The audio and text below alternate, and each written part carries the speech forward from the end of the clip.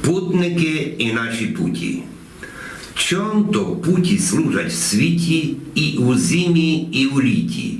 Яйця мож там карбуляти, і не боїшся злупати.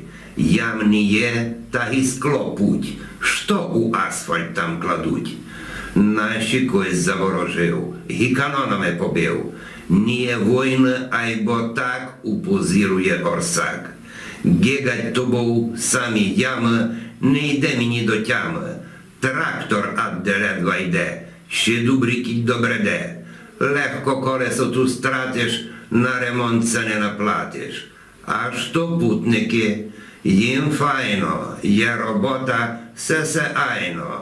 Низ поплатав, завтра ями, така служба в них роками. Лавуть їм і проклинавуть, путники зато не збавуть. Ко з Європи од нам прийде, таку з розуму і зійде. Лем наступлять на наш путь, роги нараз наростуть. Самі ями, а й збини, ту не пройдуть і слони. Мотор гріх на них пущати, кіть не хочеш розтрепати. Путники люди непрості, гі із космоса се гості. Іппен босоркуни, асфальт зварять лимони, щось дасть на путь покласти, а за місяць геть пропасти. Нико так не вчинить в світі, асфальт та гілет у літі, розтопиться, потіче, низька був завтра втіче. Мештери, ніщо казати, все у кровлі треба мати.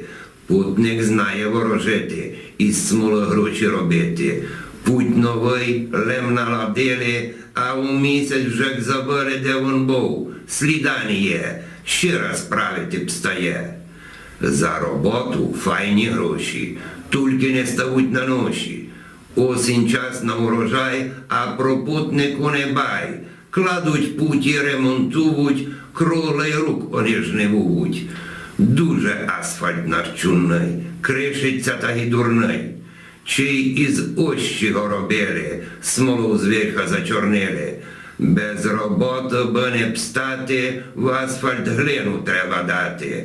Бо він довго не служив, покришився і кормив.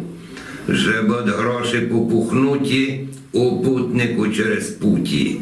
Що на це б стає повісти? Мали би урешт вони сісти.